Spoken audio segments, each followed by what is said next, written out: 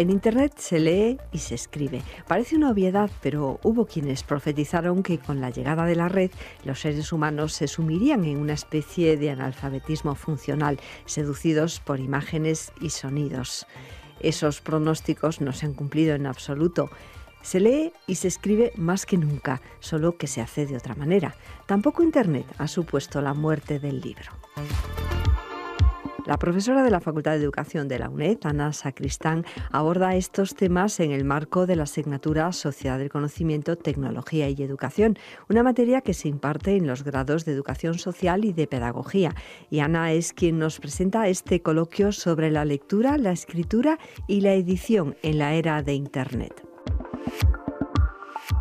Hola, buenos días, buenas tardes, buenas noches, dependiendo de cuándo nos oigan ustedes. Siempre encantados, además de que estén ahí. Y tenemos hoy como invitados al profesor Daniel Cassain, de la Universidad Pompeu Fabra, un lingüista muy reputado, es un especialista en el análisis del discurso, ha estudiado lo que significa leer y escribir antes de Internet y ahora en Internet, la razón sobre todo por la que le tenemos aquí. Nos interesa mucho que nos pueda decir sobre esto. También está con nosotros en el estudio Mar del Rey Gómez Morata. Mar es la cuarta generación de personas de una misma familia que trabaja en Ediciones Morata. Muchísimas gracias por venir, Mar. Gracias a ti. Porque sabemos además que estamos colaborando juntos en un libro que vamos a sacar los tres y pues es un placer teneros a los dos. Daniel, empezamos contigo, ¿te parece?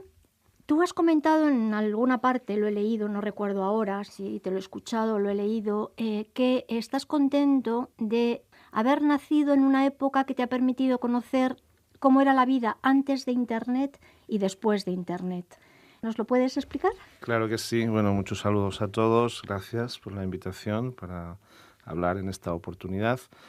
Y sí, yo creo que somos muy afortunados la gente que estamos vivos en este momento y que hemos podido vivir un poco el mundo antes de la llegada de Internet, experimentando lo que es acceder al conocimiento, lo que es viajar un poco con todas las dificultades y limitaciones que tenía tal como lo vemos ahora, ¿no? Y al mismo tiempo poder experimentar lo mismo unos años después, ahora, ¿no? Con Internet, con la red, y viendo cómo han cambiado las cosas. Internet yo creo que es un invento tan impresionante en la historia de la humanidad como la imprenta, o como el fuego, o como la rueda, o como la escritura, ¿no? O sea, es una cosa que realmente está modificando en lo básico la convivencia humana y muchas formas de conocimiento y de desarrollo, ¿no? Entonces, tener la oportunidad de haber podido experimentar de modo directo, en carne propia, lo que es este cambio, me parece prodigioso, sinceramente, y pienso que la actitud que tenemos que tener es una actitud de asombro, de interés, de curiosidad, ¿no? No sé, una metáfora parecida es como cuando los clásicos griegos y latinos mencionan en algún momento alguna divinidad o alguna persona humana que por designio divino ha tenido la oportunidad de poder vivir siendo hombre en una etapa de su vida y siendo mujer en otra etapa de su vida y poder ver el mundo desde perspectivas muy diferentes, ¿no? Entonces yo pienso que antes o después de Internet es exactamente esto. Mira, tengo la tentación de preguntarte qué impacto ha podido tener la red en tu vida. Por ejemplo, acabas de mencionar los viajes. Sé que, cuando eras más joven, discúlpame, estuviste varias veces en India, en Indonesia, viste cosas que te han impactado muchísimo. Y, claro, ¿cómo haces ahora los viajes, ¿no?, en relación con aquellos?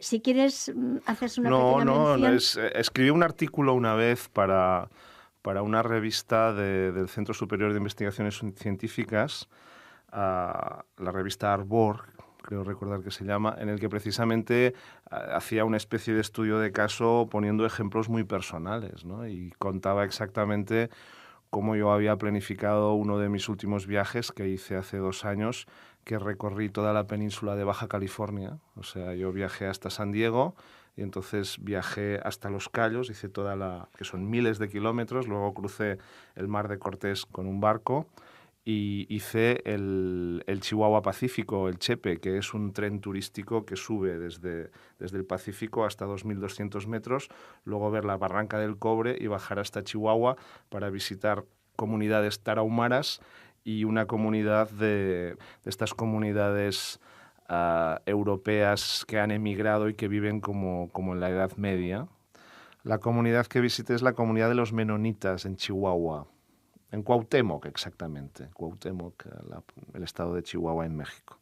Entonces, lo que hacía era explicar cómo yo había planificado desde mi casa un viaje de estas características, de un mes prácticamente, y lo había organizado todo, los hoteles, los vuelos, todo con internet desde mi casa, y lo comparaba con otro viaje, como has citado, por ejemplo, a la India, cuando yo tenía 20 y pico de años, y cómo pues no podía, o sea, habíamos comprado un billete en una agencia en Barcelona, y habíamos viajado allí sin nada, y todo era hablado y todo era leído y escrito en papel, y claro, la diferencia es brutal.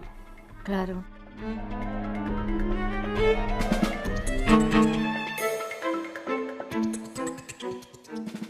Daniel, tú has escrito un libro muy reciente que se llama justamente En línea, un libro un par de capítulos van a ser de conocimiento de los estudiantes de una asignatura muy numerosa, Sociología del Conocimiento, Tecnología y Educación, que va a publicar Ediciones Morata. Entonces, en este libro tú te concentras en explicar las actividades de leer y escribir antes, ahora y un poco, como nos comentabas en una conferencia reciente, retos para el futuro que plantean. ¿Podrías, de una forma breve, decirnos qué percibes en relación a cómo se escribía, se leía, cómo se hace ahora? Ya sé que es una pregunta demasiado amplia, pero bueno, tienes experiencia en esto. Quizás puedas salir de ello. Voy a intentar decir algunas cosas. Yo diría que hoy leemos y escribimos mucho más que antes. Esta es una primera diferencia muy importante. Hoy leer y escribir es mucho más importante que antes, ¿no? Si sabes leer y escribir, tienes mucho más poder. Puedes hacer muchas más cosas, porque por ahora todo lo que es la gestión de la información por Internet básicamente es escrita, ¿no? O sea, hay que ver si en el futuro próximo o lejano aplicaciones como el Siri, por ejemplo, del famoso iPhone 5 u otras que puedan salir realmente van a funcionar, de modo que vamos a poder interactuar con las máquinas con la voz, pero hasta ahora la manera como buscamos información y cómo obtenemos información es con la lengua escrita, ¿no? Entonces realmente hoy leer y escribir otorga mucho más poder que antes, ¿no? Hoy es mucho más fácil acceder a la información, pero es mucho más difícil comprenderla y usarla. O sea, tenemos un poco el espejismo de que dándole 3 clics a un determinado botón consigues miles de resultados, pero realmente si no sabes elegir el mejor y no sabes interpretarlo y no sabes implementar la información en tu día a día, no sirve de nada todo eso, ¿no? Entonces, aquí yo creo que todavía estamos un poco engañados, estamos un poco sobresaltados por eso, ¿no? Hoy también leemos cosas que proceden de lugares muy diferentes del planeta, que han estado escritas, que fueron escritas desde culturas diferentes, desde lenguas diferentes.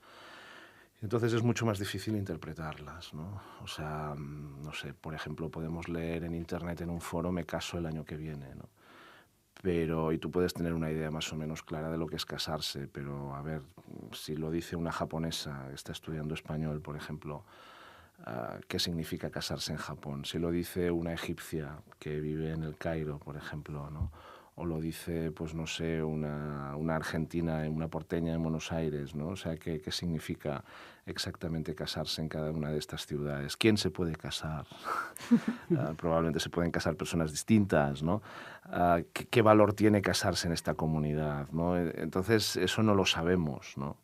De modo que es mucho más difícil entender lo que encontramos en Internet, ¿no? Hay una metáfora que me gusta mucho de un filósofo alemán, Peter Kruse, que dice que imagínense ustedes que personas que hablan español, pero que proceden de lugares muy diferentes del planeta y que nunca han salido de su ciudad, por ejemplo, pues alguien que viene de Bata en África, ¿no? En Guinea, alguien que viene de Ushuaia en Tierra del Fuego, alguien que viene de Manila, alguien que viene de Madrid, alguien que viene de México, alguien que viene, pues no sé, del Uruguay, se encuentran de golpe y porrazo en una habitación cerrada y empiezan a hablar en español, ¿no? Entonces la pregunta es, ¿se entenderían? pues probablemente en las cosas básicas de quién eres, cómo te llamas, sí, pero luego cuando entráramos a hablar de cosas más importantes, profundas, pues no se entenderían, ¿no? Porque cada uno utiliza las palabras que son las mismas con significados diferentes, los significados proceden de la comunidad, las comunidades son diferentes, entonces a partir de aquí pues el nivel de comprensión sería superficial, pero no profundo, ¿no? Mira, en relación, habrás leído muchísimas veces, con todos estos problemas, se habla incluso de la muerte del libro, ¿no? Se le da por difunto mucho antes. O sea, parece que todavía tiene vida, pero te lo menciono para enlazar también con Mar, pero porque tú mismo comentas que no estás muy seguro de cuál pueda ser el futuro en relación con lo que tú mismo escribas, que no sabes si es tu último libro escrito en papel, si el próximo tendrá otro formato, sí que. Sí, o sea, es el hecho de vivir en esta época de tránsito, ¿no? De cambio, ¿no? Pero yo creo que hay que vivirlo con alegría, o sea, tampoco con nostalgia o con... Yo hace bastante ya que no escribo libros en papel. La verdad es que ya yo creo que hace como 10 años que prácticamente mis libros están escritos, obviamente en ordenador, pero prácticamente sin notas, o sea, solo trabajando en la pantalla y con el teclado, ¿no? Quizá con alguna impresión para hacer alguna corrección, pero hace bastante tiempo que los libros los entrego en formato digital, ¿no? Pero sí que todavía hasta ahora, pues básicamente cuando piensas en escribir un libro, la imagen que te viene es la de alguien que lo está leyendo en papel, ¿no? Que lo está leyendo pues en una edición de Anagrama o de Paidós o de otra editorial, ¿no? Y lo visualizo así, ¿no? Entonces lo que estaba diciendo con esta cita que has mencionado es que pues no sé cómo va a ser en el futuro, ¿no? También pienso que hay algunos libros que ya han desaparecido, ¿no? Por ejemplo, nadie se acuerda de las enciclopedias. Bueno, algunas personas todavía las conservan en su casa. Tienen mucho espacio allí ocupado en el estante y todavía no se han decidido a vendérselas o a tirarlas, ¿no? Pero pronto llegará este día, ¿no? No sé, quizá el próximo paso serán las guías turísticas, ¿no? Porque es mucho más fácil escucharla en un audio, por ejemplo, en tu teléfono, que no cargar un libro muy grueso y muy pesado que rápidamente queda obsoleto porque las cosas cambian muy rápidamente, ¿no? En cambio, por otro lado, no sé, pienso que determinados libros, ¿no? Por ejemplo, de arte, de fotografía, de libros objeto, pues yo creo que es muy bonito, ¿no? Y tenerlo, ¿no? O sea, cada vez el libro el libro en papel va a ser un objeto más precioso, más delicado, más valorado, más caro, más interesante, ¿no? Más elitista, más cuidado, ¿no? Y entonces depende de lo que queramos. Supongo que habrá una época no sé, de tiempo en que coexistirá el papel con la pantalla en la lectura de novelas, de ensayos, y luego veremos lo que pasa. No sé cómo lo ve nuestra editora. Sí, yo justamente pensaba lo que comentabais de los viajes, como en el inicio de la editorial, que tiene casi 90 años, bueno, más de 90 años, se trasladaban los libros a América, ¿no? En barco. Vamos, se trasladaba mi bisabuelo en barco a América para que los libros pudieran estar ahí. Y como ahora pues tenemos el reto que estamos intentando asumir, ¿no? De tener los libros en formato digital. Entonces eso hace que en América, en Argentina, en Colombia, en México puedan tener el libro antes de que se haya impreso, ¿no? Entonces eso es como cómo puede viajar de rápido un libro. Ya no es internet, es un libro, ¿no? Pero sí que es verdad que en este viaje que tenemos en el mundo editorial se cuestiona muchas veces la existencia de la editorial en sí, si tiene sentido o no tiene sentido, y para nosotros es un reto la adaptación, cómo nos vamos a adaptar a este cambio. Y yo pienso en cómo podemos generar contenido, cómo podemos animar a nuestros autores a generar un contenido que no tenga que ser en un libro. Quiero decir, si tú pudieras escribir ahora, hacer diseñar, soñar, ¿qué nos aconsejarías, ¿no? ¿Hacia dónde podemos ir? Bueno, pues no lo sé, es una cosa que me he planteado muchas veces. El problema no es solo el autor, sino también dónde está la audiencia. O sea, es conectar a alguien que tiene algo que decir con las personas que quieren escucharlo. Uh-huh. Y entonces, hasta ahora, pues la manera de conseguir eso era más simple porque no había muchos caminos. Estaba el camino costosísimo de publicar un libro, de enviarlo por barco a América y de comprarlo allí en una librería de la capital, porque si vivías en un pueblo, en una provincia de México, de Argentina, tampoco llegaba nada, ¿no?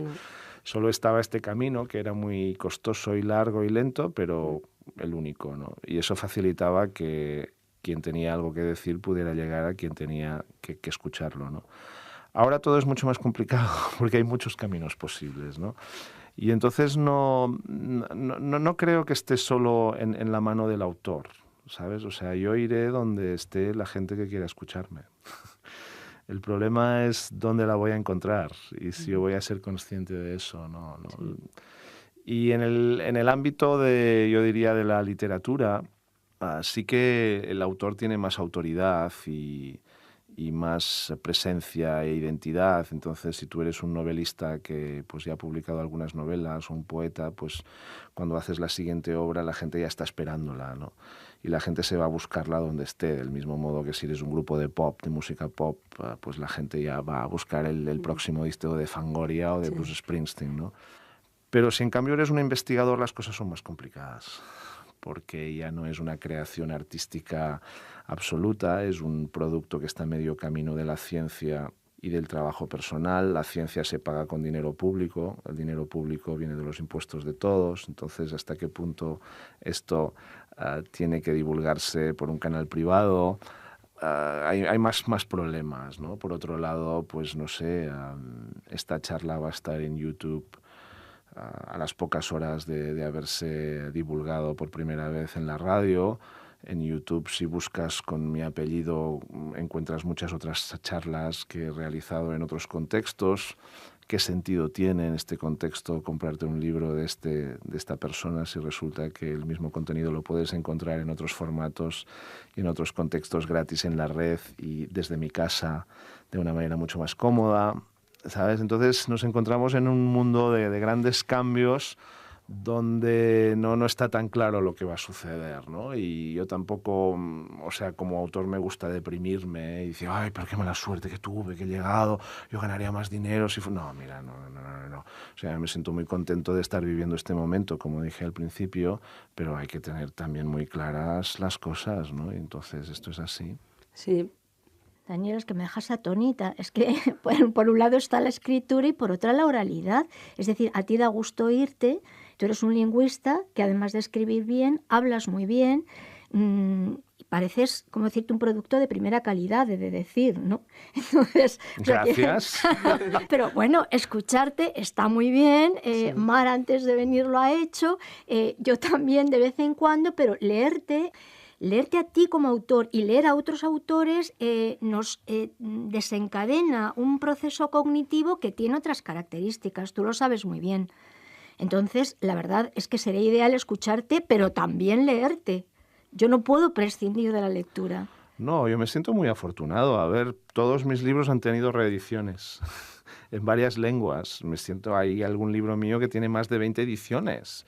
Entonces, no, yo me siento muy, muy afortunado, ¿no? Pero yo creo que hay que ser realista y darte cuenta un poco de la situación real. Y entonces, bueno, pues los canales, cómo se distribuye la información, se han ampliado, se han diversificado. Eso significa ganar mucha más audiencia y mucho más diversa, pero también significa que todo vamos mucho más repartido. Y el negocio también. Sí, yo agradezco la visión que das porque en el mundo hay que tener en cuenta todas las realidades y lo que cuentas es con lo que convivimos a diario. Quiero decir, no ser consciente de eso pues forma parte de una ilusión. Y me recuerda justamente esta semana, leía en internet, en un periódico digital, la publicación de un libro que se llama Parásitos de Robert Levine, que hablaba justamente de cómo, pues por ejemplo, YouTube se ha aprovechado de la reproducción de vídeos, sabiendo que el contenido estaba protegido por derechos de autor, pero cómo lo necesitaba, ¿no? Y lo que venía a decir era que el intermediario se beneficia y el autor no.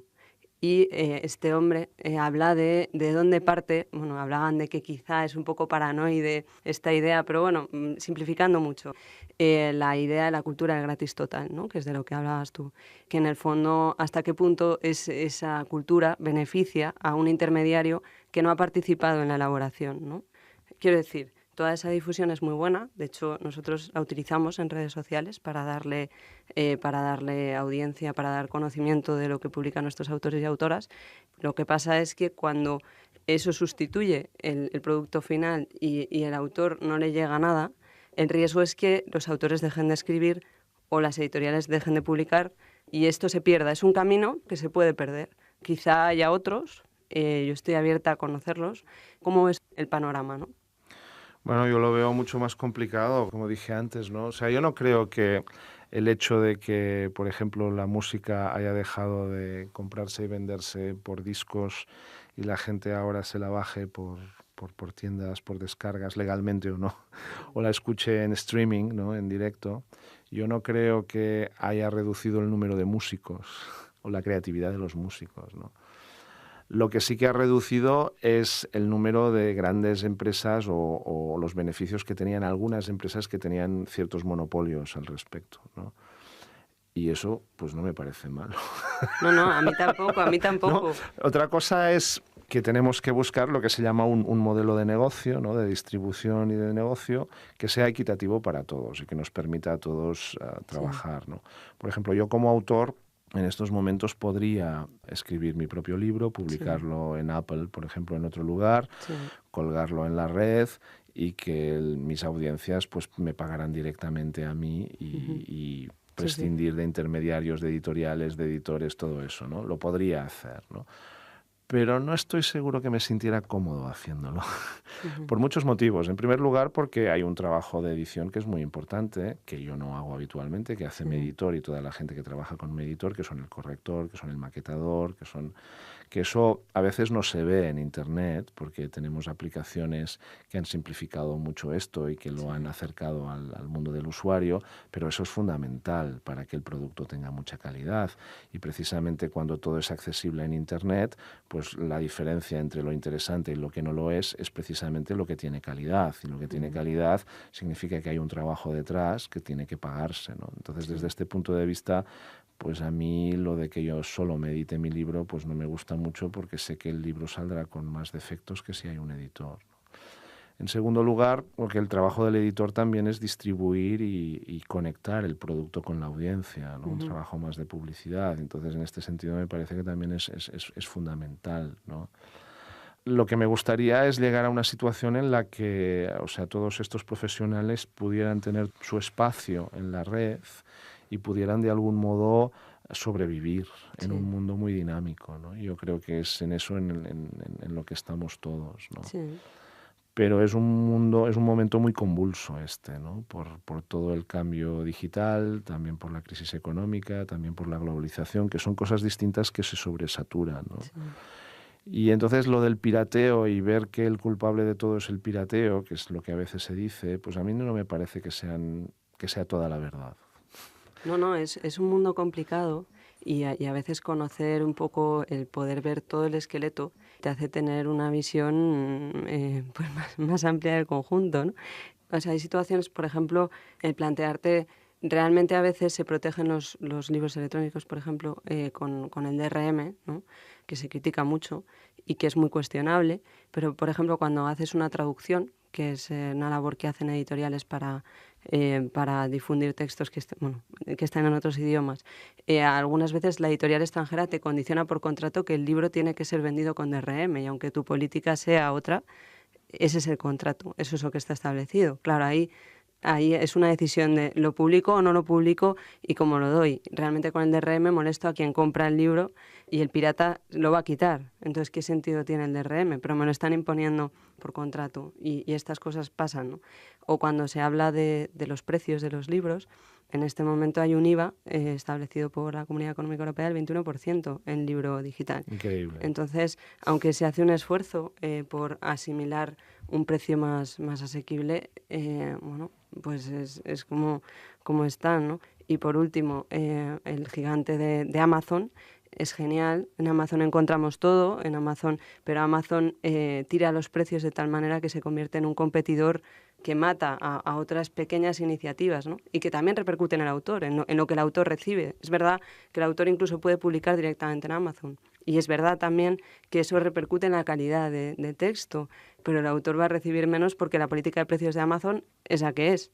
Sí, estás tocando temas relacionados con este proceso de cambio que no está concluido, ¿no? Y entonces, o sea, por ejemplo, el problema de las condiciones que te imponen cuando contratas una traducción, de que tiene que ser de este modo tal, es un problema de falta de globalización, en el sentido de que en países distintos hay normas distintas y eso pues no funciona, ¿no? Un ejemplo todavía más sangrante es lo que ocurre en Argentina, donde hay lo sabrás mejor que yo, ¿no? Hay una ley de protección que impide que lleguen los libros del exterior. Y entonces es alucinante porque resulta que si alguien quiere leerte en Argentina, pues no puede comprar el libro porque no llega en el libro físicamente. Y entonces si tiene mucha venta, pues lo editan, pero si no, no. Sería un ejemplo.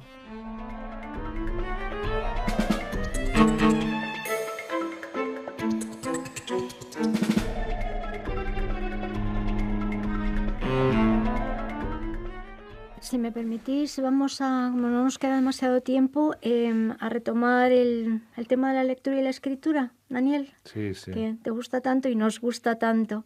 Y lo voy a ligar a la metáfora que tú utilizas muchísimas veces sobre nativos digitales, es decir, la chavalería, los chicos, los jóvenes que han nacido con todo esto, que no conocen un mundo on y offline, sí, para ellos es exactamente lo mismo, y nosotros que hemos venido después. Entonces, tú contaste una anécdota muy divertida de tus sobrinos que he recogido, que quería leer para el conocimiento de nuestros oyentes y para tu comentario. Dice Daniel Cassain: fin de semana en casa de mis sobrinos. La comida transcurre sin gritos ni peleas. ¿Qué estarán haciendo? Con los postres regresan contentos con la cámara digital. Mira, tío, hemos hecho un vídeo. Y veo en la pantallita una secuencia encadenada de fotos con las que sus héroes favoritos se enzarzan en una lucha sideral. Lo voy a colgar en YouTube, dice el mayor Daniel, de 11 años. Me quedo atónito. ¿Podré verlos? Reacciono. Tendrás que darte de alta, te mandaré un email. Y por la noche me envió el vínculo, me inscribí en su espacio y pasé a ser un miembro más de su comunidad virtual de videocreadores. Pocos días después me llamó su madre, que es profesora de secundaria, para contarme que estaba indignada con la profesora de Daniel porque le ponía como deberes copiar literalmente a mano 3 páginas del libro de texto de educación para la ciudadanía. Punto final. Esto ocurrió en Girona. ¿Cuándo se creen ustedes? ¿En el año 1700? No, en el año 2007. Sí, una anécdota auténtica. Bueno, es un ejemplo de lo que muchos dicen, ¿no? Que tenemos una escuela con edificios del siglo XIX, profesores del siglo XX y alumnos del siglo XXI. ¿No? A ver, es una anécdota divertida y representativa, pero yo tampoco lo dramatizaría, ¿no? Lo que sabemos de otros temas ya es que la escuela es una institución conservadora. O sea, es una institución que es más bien lenta en lo de los cambios, ¿no? Es como la justicia, ¿no? Donde puedes sorprenderte tener un asunto con la justicia y llegar allí y ver que todavía hay unos papelitos, allí unas copias fotocopiadas y una cosa que te diría, bueno, yo no me creo que todavía funcionen así esta gente, ¿no? Y claro, tú te vas en la medicina o te vas a un comercio, te vas a otro lugar y ya todo funciona electrónicamente de otra manera, ¿no? Pero bueno, en la sociedad pues hay esferas en las que han avanzado más en lo que es el cambio digital y otras menos, ¿no? Entonces la escuela es más bien lenta, hay que asumirlo, pero no es una cosa de ahora, es de hace mucho tiempo, ¿no? Y todo lo que sabemos, por ejemplo, sobre la introducción de tecnología en la escuela, pues nos dice que es un proceso que requiere su tiempo, ¿no? Yo una anécdota que explico es lo del teléfono móvil, por ejemplo, ¿no? Que es una cosa que todo el mundo ha experimentado porque todo el mundo tiene un teléfono móvil, ¿no? Y claro, te van cambiando el teléfono y lo que puedes hacer con el teléfono, ¿no? Y de golpe y porrazo pues se muere tu teléfono maravilloso Nokia o Panasonic que solo servía para llamar y tú vas a la telefónica o a la empresa de telefonía y te dicen, ahora le damos que es un teléfono inteligente, y tú te vas súper contento a casa, ¿no? Y dices, ¡ay, qué bien, tengo un teléfono inteligente y tal! Y claro, tardas poco tiempo en darte cuenta del problemón que acabas de tener, ¿no? Porque un teléfono que funcionaba maravillosamente se ha convertido en un ordenador que, bueno, hay que conectarlo a internet, sincronizarlo, actualizarlo, hay que relacionarlo con la agenda y qué tal, y dices, Dios mío, qué horror. Entonces te pasas como 15 días que no sabes utilizar el teléfono y estás allí sufriendo porque en cualquier momento, puesto que no sabes poner el silenciador, va a sonar el teléfono en medio de una entrevista en radio y te vas a quedar avergonzado, ¿no? Yo calculo que he tardado unos 2 años y medio en saber utilizar el teléfono móvil inteligente. No me refiero a saber qué tecla tengo que apretar, porque esto, si le dedico un poco de tiempo, lo aprendo fácilmente, sino en desarrollar prácticas adecuadas a eso, ¿no? O sea, en que estoy en Madrid, salgo del hotel y no pido un mapa de la ciudad para llegar a tal lugar, sino que lo que hago es poner la geolocalización del teléfono, buscar el sitio y utilizar la pantallita del móvil. O sea, en desarrollar prácticas del día a día adecuadas con las posibilidades tecnológicas de la máquina, ¿no? He tardado 2 años y medio en aprenderlo, ¿no? O una cosa muy tonta, por ejemplo, que me sucedió no hace mucho, que es que, por ejemplo, yo me acuerdo cuando venía a Madrid y todavía venía con el avión y aparcaba el coche en el aeropuerto, y entonces yo, pues para saber dónde había aparcado el coche, pues me sacaba un papelito y anotaba el número del parking, ¿no? Cuando ya tuve el teléfono me sacaba las notas y apuntaba, ¿no? Y entonces un alumno mío, un día que me acompañó con su coche, fuimos al parking y sacó el móvil y buscó una foto. Y digo, ¿qué haces? Dice, no, busco la foto. ¿La foto de qué? Digo, no, la foto que le hice al estacionamiento para saber dónde he aparcado. Yo dije, pero qué imbécil que he sido durante varios años. No se me había ocurrido que podía hacer una foto de esta situación, ¿no? Este es un comportamiento totalmente nativo, ¿no? Que es el de alguien que confía mucho más en la fotografía que en la escritura.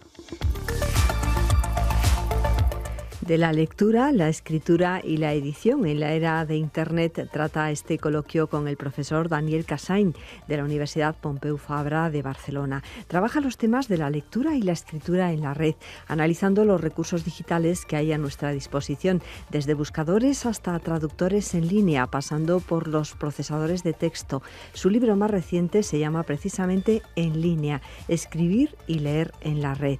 Mar del Rey Gómez Morata representa a la 4ª generación de editores de una misma familia, un arte que ha ido pasando de madres a hijas en Ediciones Morata. Y Ana Sacristán es profesora de la Facultad de Educación de la UNED. Ha sido ella quien nos ha propuesto este coloquio y además va a continuar en canaluned.com y en YouTube, no solo porque son inevitables las limitaciones de tiempo, sino también porque la utilización de distintos canales, formatos y herramientas es una característica de la era digital, y qué mejor que utilizarlos cuando se habla de estos temas. De modo que esta conversación continúa en canaluned.com y en YouTube, UNED Radio, con reflexiones en torno a la lectura y escritura en Internet.